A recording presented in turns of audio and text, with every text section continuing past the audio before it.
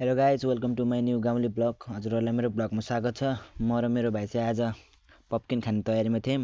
अनि यता चुलोमा आगो बाल्न थालेको, लाइटरै बोलेन। अनि मेरो पालो रिसले लाइटरलाई फालेर त्यसपछि बल्ल बल्ल आगो बालेर आगो बालेर उतापट्टि हेरेको पुरा भाइले भाँडा माझिरहेको रहेछ। अनि भाँडासाँडा माझेर अनि चुलोमाथि प्यान हालेर प्यानमा हल्का तेल हालेर त्यसपछि भाइलाई मैले पप्किन हाल भनेको रिसाइ थोरै हाल्ला थियो। धेरै हाल भनेको धेरै खनाइदियो। अनि खनाइसकेपछि चाहिँ भाइले त्यसमा अलिकति नुन हाल्यो।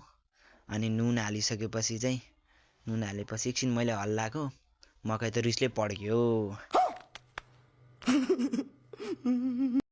अनि एउटा दुईटा पड्किने बित्तिकै हामीले त्यसलाई छोपिदियौँ, त्यसलाई हामीले एकछिनसम्म।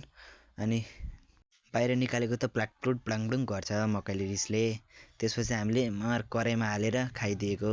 अनि खाइसक्यौँ। त्यसपछि यसो छततिर जान थालेको, यसो घुम्नलाई छततिर जान थालेको। यता भाइले पुरा कपडा सुकाइरहेको रहेछ। अनि तपाईँहरूलाई यसो गाउँको भ्यू पनि देखाइदिउँ भनेर।